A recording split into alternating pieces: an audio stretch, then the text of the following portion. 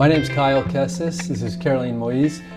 I started to take an interest in the ketogenic diet at a more medical research level after my mom was diagnosed with glioblastoma at the start of 2024. It's the deadliest brain cancer that we're aware of.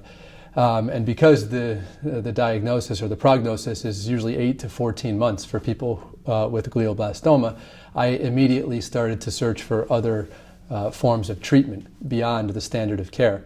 And I found the work of Dr. Thomas Seyfried at Boston College. And because I live in the northeast of the U.S., I was able to eventually travel up to Boston College and even take his course and learn more about the ways that the ketogenic diet is used to prevent and to combat chronic illnesses. And while I was up at Boston College working with Dr. Seyfried, I met Caroleen, who was there to interview Dr. Seyfried for an upcoming documentary called Deeply Deadly Fat, about the ways that ketosis and fasting can be used to reverse chronic illnesses, not just cancer, but also diabetes, heart disease, dementia, and others. And so that's where Caroleen and I met and started to work together to collaborate on this film that she's been working on for more than a year now. Yes. So I come to this space from the N of 1 experiment.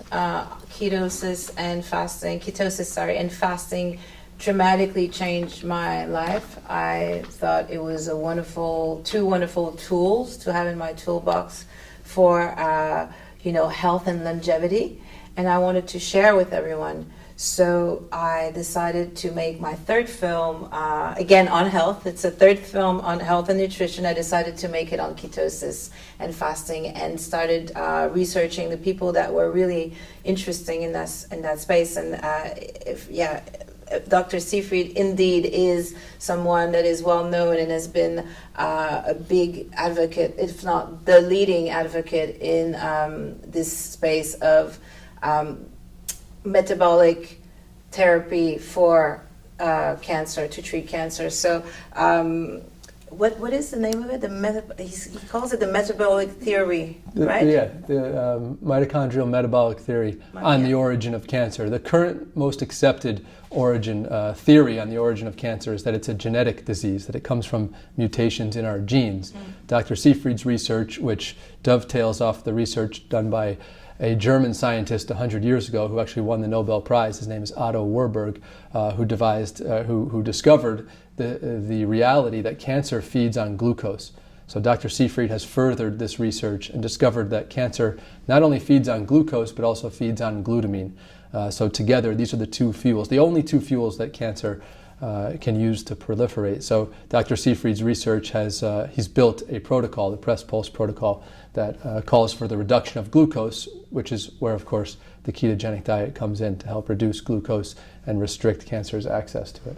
So the film is it's a beast in terms of all the subjects and themes that it touches on. We're going to look at visceral fat and what this visceral fat, which is a symptom of metabolic syndrome or metabolic dysfunction. But what does this, in terms of like the impacts that it has on health, the further impacts when you know that it's metabolically active.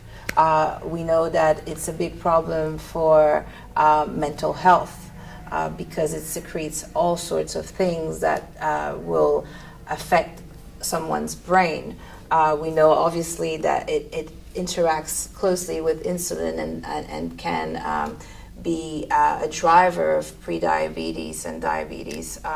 We're talking about coronary heart disease as well, and other things. Like, you have to see it as a constellation, right, of dysfunction and disease. And later on, we talk about, well, here are the two tools that you can use and that are free and they need to shine. We're thinking, well, there's not enough people in the documentary space talking about this. And I feel that I have a mission to really inform people and bring awareness to ketosis and fasting, and really it's not about, because we're not scientists, but we turn the camera on the scientists, right? So we like to think about of ourselves as bridging the bridge between academics and the general public. And then it's up to them to decide well, now that I know about this, what do I want to do with it? And then they can research, because there's a litany of information, free information out there if they want to push their research and apply it to them, or use it with their family members or loved ones. So we're really proud of this work. It's a labor of love for both of us. There's also, we touch on even dementia, Alzheimer's. How does ketosis help with that? I have a mother who has an advanced form of dementia.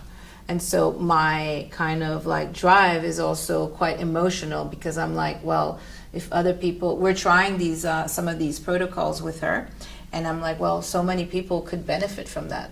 How many people out there have a parent or a grandparent affected by this disease, and they're going the medical route, and could, it's not to say,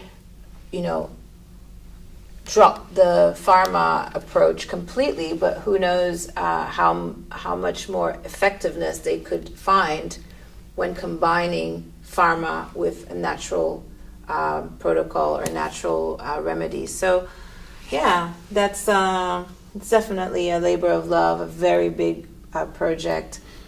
Yeah, so I think also it's important to note that we have some other researchers and medical doctors in the film, such as Dr. Pradeep Jamnadas down in Florida in the United States. He speaks about the ways that fasting and ketosis can help to reduce coronary calcium buildup, or can help prevent coronary calcium buildup. So each of the doctors and researchers in the film, they talk in different ways about how a different fasting or ketogenic regimen can help reverse chronic illnesses.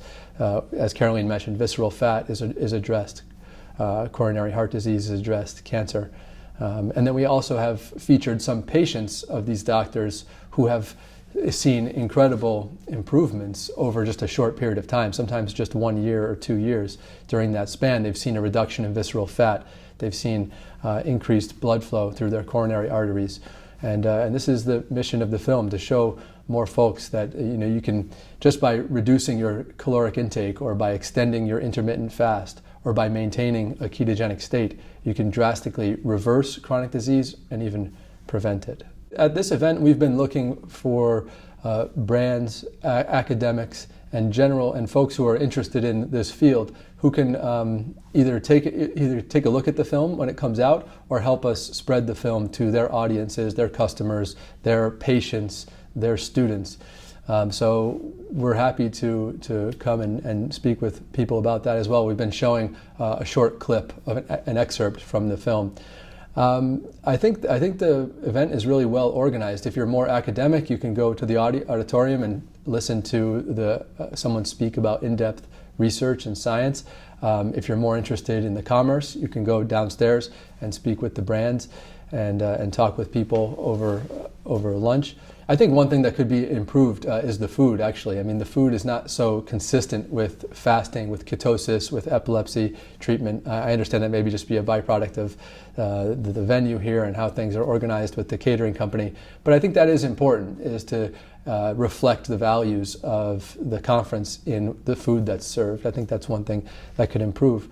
Overall, I've really enjoyed speaking with people here. And I think actually something, and I know this is a mission of the conference itself, but I think starting to expand beyond epilepsy. We see a lot of talks about epilepsy, a lot of products that are designed to treat children and adults who have epilepsy. And I understand and recognize, as someone who studied ketogenesis quite a bit, I understand that epilepsy is, in many countries, the only illness that can be treated within the system using the ketogenic diet. So I look forward to seeing other folks from the diabetic field, from cancer, from heart disease, from dementia, come to the ketogenic diet and find ways that it can be used to combat those illnesses too. I personally see us again, as the bridge between scientists and the mainstream. And for us, when I enter a symposium like this one, I see that we have a tool for social impact. And that's really what it's about for me. It's about like, well, I'm telling a story, the story of ketosis and fasting and how people have improved their lives using these protocols, and how can we find other beacons of light, so to speak, that can further our message. So I'm kind of saying the same thing as you, but in my own words, I guess. Yeah, we've met a lot of interesting people here, and it's been great to see Paris and to see the European side of the ketogenic research, which I haven't contacted too much. We touched, actually, you see why I was asking Dom about this?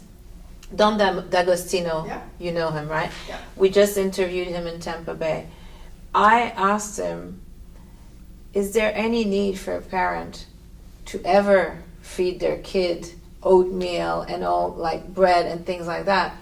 And his answer was, he was, I think he saw where I was coming from with that, because I'm thinking, why begin at all if you know what that leads to, which is carb addicted children, right? Who forget about the junk food, just like you mentioned, the rice, the pasta, the bread, just that is enough to addict them and make them carb dependent, basically. So I wondered, I don't have children, but if I did, I wonder, would I even begin? Because I know as an adult how carbs are delicious, and if you start, feeding, the brain loves it. So is there any kind of justification for this? And his answer was interesting, didn't you think? He said there's a place for it, which I thought was also interesting. Yeah. What did you remember about his answer? I remembered him saying, be very, very vigilant, and do it very parsimoniously, incrementally, but very, you don't give your children, you don't carb load with them, Right. You don't give them big doses of carbs. But I found that interesting. Of course, these are not children with epilepsy. Right. Epilepsy. We're talking about, healthy or children without the illness. But, it makes you wonder, right, when you see what children are eating nowadays. Dr. Shafee posits that one of the reasons why carnivores are so healthy is that it's ketogenic. Yeah. And that's our natural state. Our ancestors would have been in a constant state of ketogenesis with small periods of high carb, like when they found fruit or honey, things of that nature, but otherwise we used to always be in a ketosis. So he thinks that low inflammation that comes from ketosis is why, carnivores are just thriving. I discovered keto after fasting, actually. So fasting was first. And I remember how fasting and keto went so naturally together. You finish a fast, I did not feel like I wanted to eat a bunch of fruit and drink, carb-laden liquids. It was more like, oh, I feel so good in that state. I want to continue on that state. So I'd eat very low carb. And then when I started eating more carbs, not even high carbs, more carbs, I just felt like, oh, I preferred the state I was in before, mentally, physically. Even, with my GI tract, I was like, oh, wow, it's a shame we can't really stay, you got to eat at some point, right? But the difference between, I'm sure maybe even at 24 hours or 36 hours, you might have seen, the difference, when you start eating it, and you're like, oh, I was hungry, I need to eat, but I preferred the state I was in before. It's a very interesting thing. I know you fasted as well. We fasted the other day. I was happy for the fast to end. Yeah, because you don't have a lot of body fat, so perhaps your body was like, okay, well... Yeah, and you have to figure out how your body responds to the macronutrients that you're intaking. We did a fast 3 months ago, and I don't know if you're familiar with the GKI ratio, glucose ketone index. My GKI went under 1 within 36 hours of the fast, whereas Caroleen didn't get to under 2, I think, until maybe 60, 70 hours. So people's bodies respond differently. They start metabolizing fat at a different rate. So everyone has to find their own. Some people can eat 50 grams of carbs, other people can only eat 30 to stay in ketosis. Yeah.